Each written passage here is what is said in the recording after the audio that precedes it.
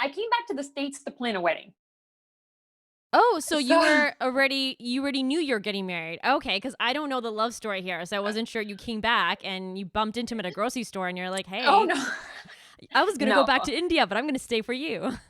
No. He was very positively part of the picture when I decided to move back. And I moved back to plan a wedding. And I have decided like not to do just any old film, like unless like a stellar opportunity was to come my way, because he's from California. He's a dentist over there, and it's very difficult to kind of like for me to be in India and for him to be there and us to meet in various countries across the globe. It Yeah. kind of got difficult after a while. I didn't know you were long And distance. expensive. That's crazy. Um, but I mean, we went to Barcelona together. That was amazing. I think when we were in Barcelona together was when I decided, or when he just, I don't know how it happened. But my proposal happened much after my roka and my wedding dates are set and everything is when he Okay, wait, got on one Monica, knees and you're gave gonna me have to the ring. explain now because I'm super confused. So take us back. So when did you guys actually meet? Like, what's the love story so we can follow along in terms of the timeline? So I met him at my cousin's wedding. Was this Uh, when? When you're in pageants or when? no. This was like at least I want to say 2 or 3 years ago. Okay, so you already were an actress. I know, yeah. So he, according to him, fell in love with me in my Tappe song from Sastyakal, England. Oh, so he knew who That you were. Yeah, he knew who I was. He very actively pursued me As during he should. the wedding.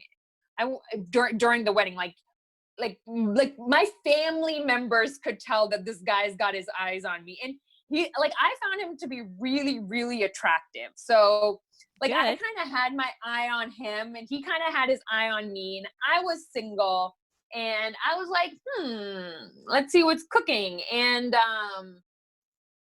so what ended up happening was that my brother organized a date for us where we were supposed to go bowling the Monday after the wedding. And he kind of stood me up and he ended up going to the casino with another girl. And I was kind of like, to hell with this. And What? I like deleted his number and like took him off of Instagram, this and that. And he immediately, or like the next, because we flew back the next day, he got my number from my brother and started calling me. And we started talking from there, and we just figured out when, where, how to meet, and it started going on from there. Wait, but why did he ditch you for the other girl? I'm kind of pissed at him. I I don't, know he's made himself dude, redeemed himself. I don't know what he was doing. I think like he was with a group of people because, or that's what he says. Um, or maybe he was trying to play it cool, like tough guy. I don't know.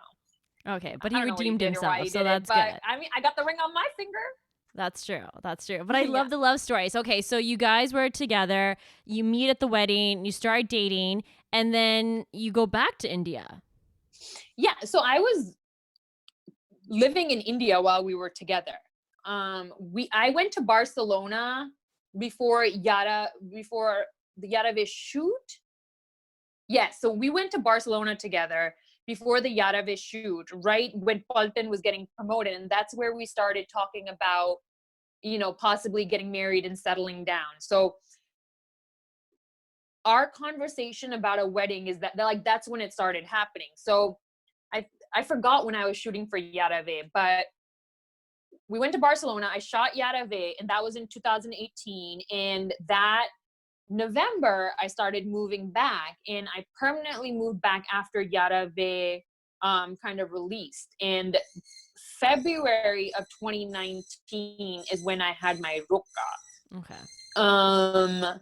And the wedding was supposed to happen the 19th. Yesterday was supposed to be my wedding day. I know. Have you rescheduled the wedding? So we can't. So, and Punjabi weddings, they have thousands of people, and my parents kind of went, and his mom as well. Like they went above and beyond. They wanted an extravagant wedding for us. So until the U.S. or the state of California gets into phase like the latter phase of phase 3 or phase 4, we probably won't be able to have a wedding. So that could mean by the end of this year, or it could mean, we have to wait till spring or summer next year. Oh, yeah, that's the unfortunate part, not knowing how you're going to be able to move on and book things, right? Like you have to like Yeah. book everyone again. So hopefully maybe early 2021, the latest.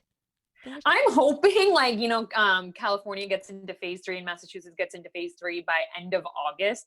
So we can have like a September, October, November wedding. Yeah. I really don't want to wait a whole nother year to like start living with him and, know, getting this show on the road, because I think both he and I have like waited a very long time. Yeah, especially since your whole relationship has been long distance. I had no idea. So I was like, Yeah. my God, girl. So that's the thing. Like, and he also talks about that a lot with his friends, like, because it's been a long distance relationship, we've been blessed that quarantine and COVID didn't really affect us, whereas like a lot of relationships have gone for a toss during COVID.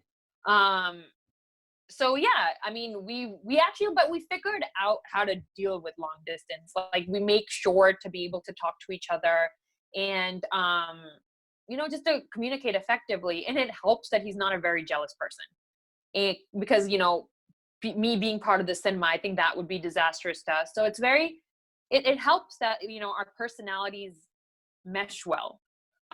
He has, like I said, he has an enormous amount of patience. He is a very thoughtful person, and I think I made a right decision with wanting to marry this fool. Well, I you think he's guys going to be seem very so good in for love. me. Like I love seeing Huh? your photos and you guys are just the cutest thing ever. Like I loved your engagement photos too. I was like, So here's the other thing. He proposed with a ring very recently. Like I said, we decided to get married. I moved back. A couple months later, I had my roka. We planned the entire wedding, and then he got on one knees and proposed. so you'd no ring until recently. I mean, yeah, pretty much. You're like, oh yeah, I'm engaged.